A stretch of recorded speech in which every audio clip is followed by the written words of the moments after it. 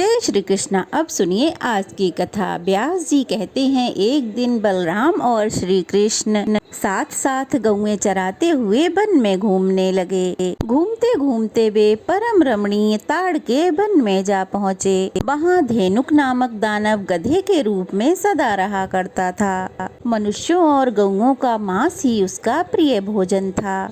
मनोहर one में फलों से भरे हुए वृक्षों को देखकर ग्वाल बाल उन फलों को खाने के लिए ललचाने लगे और बोले, भैया राम और श्री कृष्ण, धेनुकासुर सदा इस भूभाग की रक्षा करता है, इसलिए ये ताड़ों के सुगंधित फल लोगों ने छोड़ रखे हैं, लेकिन हम इन्हें खाना चाहते हैं। अगर आप लोगों को ठीक लगे तो जरा इन्हें तोड़ कर गिराइए तो सही। ग्वाल वालों की यह बात सुनकर बलराम और श्री कृष्ण ने बहुत से फल धरती पर गिरा दिए। गिरते हुए फलों के स्वर को सुनकर वह दैत्य क्रोध में भरा हुआ आया।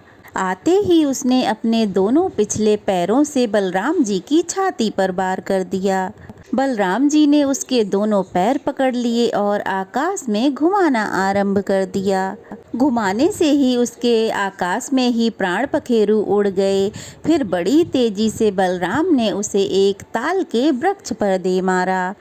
जैसे आंधी पेड़ पत्तों को गिरा देती है, वैसे ही उस दैत्य ने गिरते गिरते अपने शरीर के आघात से कई पेड़ गिरा दिए। उसके मारे जाने पर और भी बहुत से गर्दभ के आकार के दैत्य आए, किंतु बलराम और श्री कृष्ण ने उन सबको खेल ही खेल में उठाकर वृक्षों पर दे मारा। एक ही क्षण में पके हुए ताल के फलों से और गर्दभाकार दैत्यों की लाशों से पृथ्वी पट गई, जिससे इस पृथ्वी की और शोभा बढ़ गई। तब से उस ताल के वन में गौएं हरी भरी घास चरने लगीं। अनुचरों सहित धेनुकासुर के मारे जाने पर वह मनोहर ताल का वन समस्त गोप गोपिकाओं के लिए मनोहर हो गया। इससे वसुदेव के दोनों पुत्र बलराम और श्री कृष्ण बड़े प्रसन्न हुए। वे दोनों महात्मा छोटे छोटे बछड़ों की तरह शोभा पा रहे थे। कंधे पर गाय बांधने की रस्सी लिए वनमाला से विभूषित होकर वे दूर दूर तक गौएं चराते और उनका नाम ले लेकर पुकारा करते। श्री कृष्ण के वस्त्र सुनहरे रंग के थे और बलराम जी के नीले रंग के। उन्हें धारण करके वे दोनों भाई बड़ी ही सुंदर शोभा पा रहे थे। लोक में जो जो बालकों के खेल प्रचलित हैं, उन सब को खेलते हुए वे दोनों उस वन में विचरा करते थे। समस्त लोकनाथों के नाथ होते हुए भी वे इस धरती पर अवतरित हुए। मानव जाति के गुणों से युक्त तरह तरह के खेल उस वन में खेला करते थे। कभी झूला झूलकर तो कभी आपस में कुश्ती लड़कर महाबली बलराम और श्री कृष्ण व्यायाम करते थे। उन दोनों को खेलता देख एक दिन प्रलंब नामक दानव उन्हें पकड़ने की इच्छा से वहां आया। उसने ग्वाल वालों के वेश में अपने वास्तविक रूप को छुपा रखा था। मनुष्य ना होते हुए भी मनुष्य का रूप धारण करके दानवों में श्रेष्ठ प्रलंब ग्वाल वालों की उस मंडली में जा मिला। वह बलराम और श्री कृष्ण दोनों को उठा ले जाने का अवसर ढूंढने लगा। उसने कृष्ण को तो सर्वथा अजेय समझा, इसलिए रोहिणी नंदन बलराम को मारने का निश्चय किया।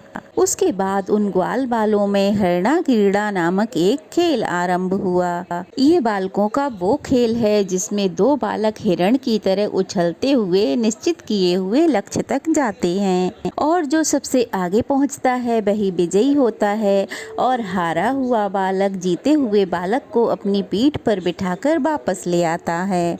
इस खेल में सभी बालक सम्मिलित हुए। दो दो बालक उछलते हुए चले। श्री दामा के साथ श्री कृष्ण, प्रलंब के साथ बलराम और अन्य ग्वाल वालों के साथ दूसरे दूसरे बालक कूद रहे थे। श्री कृष्ण ने श्री दामा को और बलराम ने प्रलंब को जीत लिया। इस प्रकार श्री कृष्ण पक्ष के बालकों ने अन्य बालकों को हरा दिया। अब वे हारे हुए बालक जीते हुए बालकों को अपनी पीठ पर लाद कर भांडीर वन तक आए और फिर वहां से लौट चले। लेकिन दानव प्रलंब बलराम जी को अपने कंधे पर चढ़ाकर शीघ्र ही उड़ चला।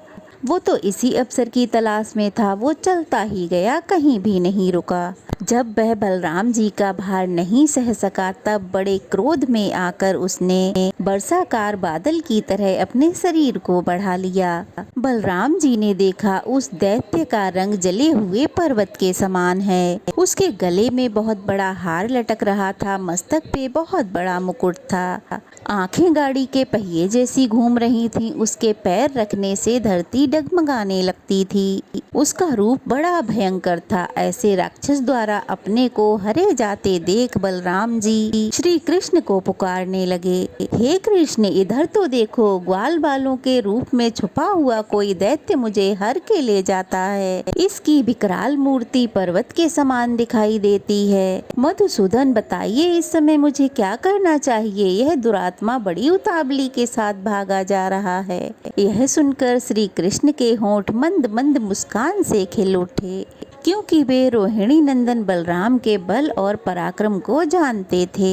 इसलिए उनसे बोले, सर्वात्मन, क्या बात है? आप तो मनुष्यों की तरह व्यवहार करने लगे। आप संपूर्ण गुह्य पदार्थों से भी गुह्य पदार्थ हैं। जरा अपने उस स्वरूप का वर्णन तो कीजिए जो संपूर्ण जगत के कारणों का कारण, कारणों का भी पूर्ववर्ती अद्वितीय आत्मा और प्रलय काल में भी स्थित रहने वाला है। हे विश्वात्मन, आप और मैं दोनों ही इस संसार के एकमात्र कारण हैं और पृथ्वी का भार उतारने के लिए यहाँ 2 रूपों में प्रकट हुए हैं। अप्रे आत्मन, आप अपने स्वरूप को स्मरण कीजिए और इस दानव को मार डालिए। इसके बाद मनुष्य जन्म का आश्रय लेकर बंधु जनों का हित कीजिए। महाबली बलराम ने श्री कृष्ण द्वारा स्मरण कराए जाने के बाद हंसकर महाबली को अपने हाथों से दबाया और क्रोध से आंखें लाल करके उसके मस्तक पर जोर से एक मुक्का मारा। उनके इस प्रहार से प्रलंब के दोनों नेत्र बाहर निकल आए और उसका मस्तक फट गया और वह दैत्य मुंह से खून उगलता हुआ धरती पर गिरकर मर गया। अद्भुत कर्म करने वाले बलराम जी के द्वारा प्रलंब को मारा हुआ देखकर सभी ग्वाल बाल बहुत अच्छा हुआ कहते हुए उनकी प्रशंसा करने लगे। इस प्रकार प्रलंबासुर के मारे जाने पर ग्वाल बालों के मुख से अपनी प्रशंसा सुनते हुए बलराम जी श्री कृष्ण के साथ पुनः गौओं के समूह में वापस आ गए। इस प्रकार नाना प्रकार की लीलाएं करते हुए बलराम और श्री कृष्ण वन में विहार करते रहे। इतने में ही वर्षा ऋतु बीत गई और शरद ऋतु प्रारंभ हो गई। जलाशयों में कमल खिलने लगे, आकाश और जल निर्मल हो गए। कुछ ही समय में समस्त ब्रजवासी इंद्रोत्सव का स्वागत करने लगे। उन्हें उत्सव के लिए उत्साह पूर्वक देखकर श्री कृष्ण ने बड़े बुजुर्गों से उत्साह पूर्वक पूछा, ये इंद्रोत्सव क्या वस्तु है जिससे आप लोगों को इतनी प्रसन्नता हो रही है? तब श्री कृष्ण को अत्यंत आदर पूर्वक प्रश्न करते देख नंद जी ने कहा, बेटा, देवराज इंद्र जल और वर्षा के स्वामी हैं। उन्हीं की कृपा से ये मेघ यहाँ जल की वृष्टि करते हैं। उसी वर्षा से ये अन्न उत्पन्न होता है जिसे हम तथा अन्य देहधारी खाते हैं और देवताओं आदि को भी तृप्त करते हैं। ये दूध देने वाली गौएं इंद्र की बढ़ाई हुई वृष्टि से ही संतुष्ट होकर हमें दूध देती हैं। जहाँ वर्षा करने वाले मेघ होते हैं वहाँ बिना खेती की भूमि दिखाई नहीं देती, कोई ऋणग्रस्त नहीं रहता और वहाँ एक भी भूख से पीड़ित मनुष्य दिखाई नहीं देता। मेघ सूर्य की किरणों द्वारा इस पृथ्वी का जल ग्रहण करते और फिर संपूर्ण लोगों की भलाई के लिए उसे वर्षा देते हैं। इसीलिए वर्षा काल के समय हम तथा अन्य देहधारी और राजा लोग बड़ी उत्साह से ये उत्सव मनाते और देवराज इंद्र की पूजा करते हैं।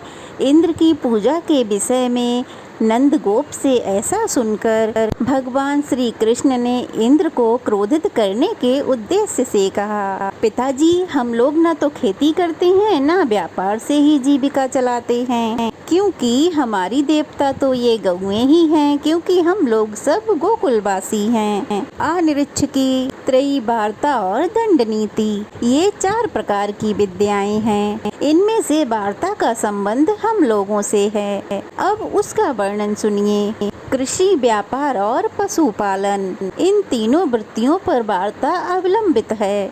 कृषि किसानों की वृत्ति है और वाणिज्य विक्रय करने वाले वैष्णवों की। हम लोगों की सबसे प्रधान वृत्ति है गौपालन। इस प्रकार ये वार्ता के 3 भेद हैं। उपर्युक्त 4 विद्याओं में से जो जिस विद्या से निर्वाह करता है वही उसके लिए महान देवता है। उसे उसी की पूजा अर्चना करनी चाहिए, क्योंकि वही उसके लिए उपकारक है। जो मनुष्य एक का दिया हुआ फल भोगता और किसी दूसरे की पूजा करता है, वो इस लोक में या परलोक में कहीं भी कल्याण का भागी नहीं होता।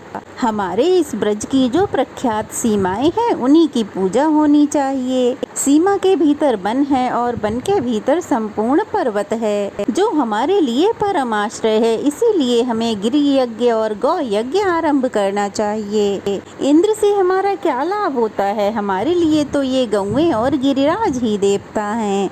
ब्राह्मण मंत्र युक्त यज्ञ को प्रधानता देते हैं। किसानों के यहाँ हल पूजन होता है और हम जैसे पर्वतों में रहने वाले लोग गिरि यज्ञ और गौ यज्ञ का अनुष्ठान करते हैं। हम ऐसा करें तो सबसे उत्तम होगा। इसलिए बाबा, हमारा विचार तो ये है कि आप लोग तरह तरह की पूजा सामग्री से गिरिराज का पूजन करें। संपूर्ण ब्रज का दूध एकत्रित किया जाए और उससे ब्राह्मणों तथा अन्य मनुष्यों को भोजन कराया जाए।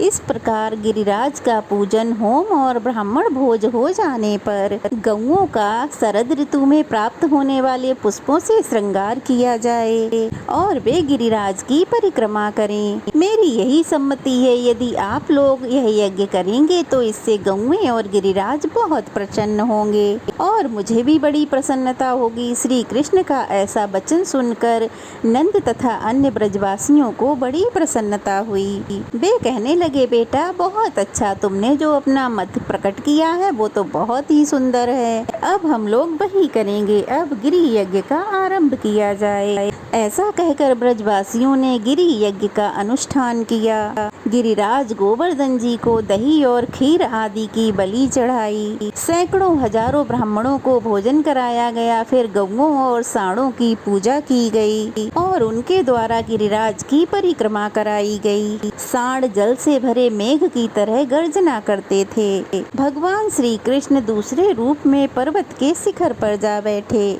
मैं ही गिरिराज हूँ, ऐसा कहकर गौओं गोपों द्वारा अर्पित किए नाना प्रकार के भोजनों का भोग लगाने लगे और अपने कृष्ण रूप से ही गोपों सहित पर्वत शिखर पर चढ़कर उन्होंने अपने द्वितीय शरीर गिरिराज का पूजन भी किया। इसके बाद गिरिराज रूप में प्रकट हुए भगवान अंतर्ध्यान हो गए और गोपगण उनसे मनोवांछित वरदान पाकर यज्ञ समाप्त करके अपने घर को लौट आए।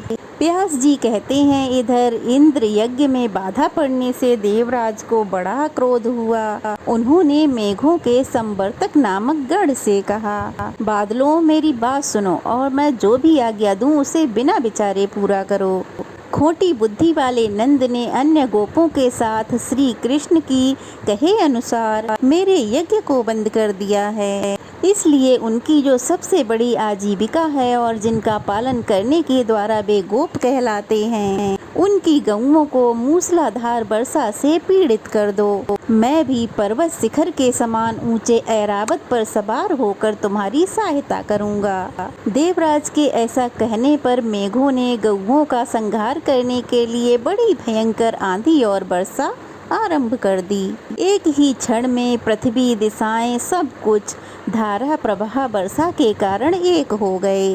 वर्षा के साथ साथ वायु भी बड़ी तेज चल रही थी, जिससे कांपती हुई गौएं धीरे धीरे अपने प्राण त्यागने लगीं। कुछ गौएं अपने अंक में बछड़ों को छुपाकर खड़ी थीं। जल की तेज धारा बहने से जाने कितने ही गौओं के बछड़े बह गए। बछड़ों का मुख अत्यंत दयनीय हो रहा था। वायु के वेग से से उनकी गर्दन कांप रही थी, मानो वो आहत होकर मंद स्वर में श्री कृष्ण से त्राहि त्राहि कर रहे हों। भगवान ने देखा गौओं, गोपों और ग्वालों द्वारा पीड़ित ब्रज अत्यंत पीड़ित हो रहा है। तब उन्होंने उनकी रक्षा के लिए इस प्रकार सोचा, लगता है यह सब देवराज इंद्र की ही करतूत है।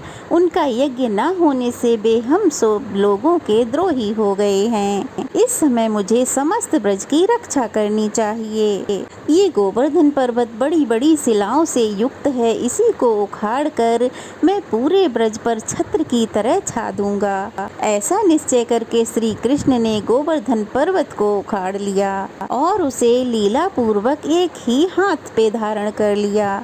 पर्वत उखाड़ने के बाद जगदीश्वर ने गोपों से कहा, मैंने वर्षा से बचने का उपाय कर लिया है। अब आप सब लोग इसके नीचे आ जाओ, जहाँ वायु का झोंका ना लगे ऐसे स्थानों पर यथा योग्य बैठ जाओ। किसी प्रकार का भय मत करो, पर्वत के गिरने की आशंका तो बिल्कुल ही छोड़ दो। भगवान के ऐसा कहने पर समस्त गोप छकड़ों पर बर्तन भाड़े लाद कर और अपनी अपनी गौओं के साथ उसके नीचे आ गए। वर्षा से पीड़ित गोपियां भी वहां आ गईं। श्री कृष्ण ने गोवर्धन पर्वत को स्थिरता पूर्वक धारण कर रखा था। ब्रज में रहने वाले गोप गोपीगण आश्चर्यचकित होकर उन्हें देखते रहे और वे प्रेम पूर्वक भगवान की स्तुति करते रहे। नंद के ब्रज में मेघों ने लगातार 7 रातों तक वर्षा की। वे इंद्र की आज्ञा से सभी गोपों का विनाश करने में लगे थे, किंतु श्री कृष्ण तब तक पर्वत को अपनी उंगली पर धारण किए खड़े रहे। इससे पूरे ब्रज की रक्षा हुई और इंद्र की प्रतिज्ञा झूठी हो गई। तब उन्होंने बादलों को वर्षा करने से रोक दिया और बादल हट गए। आकाश स्वच्छ हो गया और इंद्र का षड्यंत्र सफल नहीं हो सका। फिर समस्त ब्रजवासी प्रसन्नता पूर्वक वहां से निकलकर अपने अपने स्थान को आए। फिर श्री कृष्ण ने भी गोवर्धन पर्वत को उसके स्थान पर रख दिया। सभी गोप गोपी आश्चर्यचकित होकर उनकी लीला देख रहे थे। श्री कृष्ण ने गोवर्धन पर्वत को धारण करके समूचे ब्रज को बचा लिया। यह जानकर इंद्र देवता को उनके दर्शन की इच्छा हुई। वे महागज ऐरावत पर आरूढ़ होकर उनके दर्शन को आए। उसके बाद जो कुछ भी हुआ उसका वृतांत आप सब अगली कथा में जरूर सुनिएगा। आज की कथा यहीं तक। जय श्री कृष्णा।